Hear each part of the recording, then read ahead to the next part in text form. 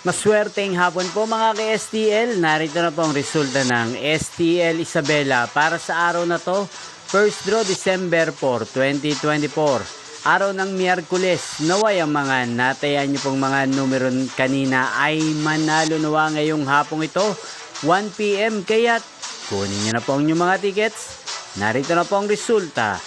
Ang mga numerong nanalo sa STL Isabela ngayong hapong ito, December 4, 2024.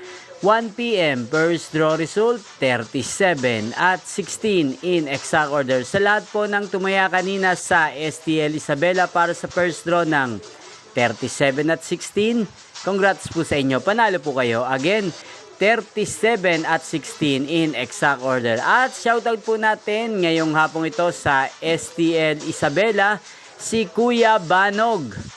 Kuya Banog ng Isabela, shoutout po sa iyo. Naway, nasa mabuti ka pong kalagayan. At sa lahat po ng mga taga Isabela dyan, shoutout po sa inyo. Inyo pong napanood ang resulta ng STL Isabela sa channel na to, Roderick Hernandez TV.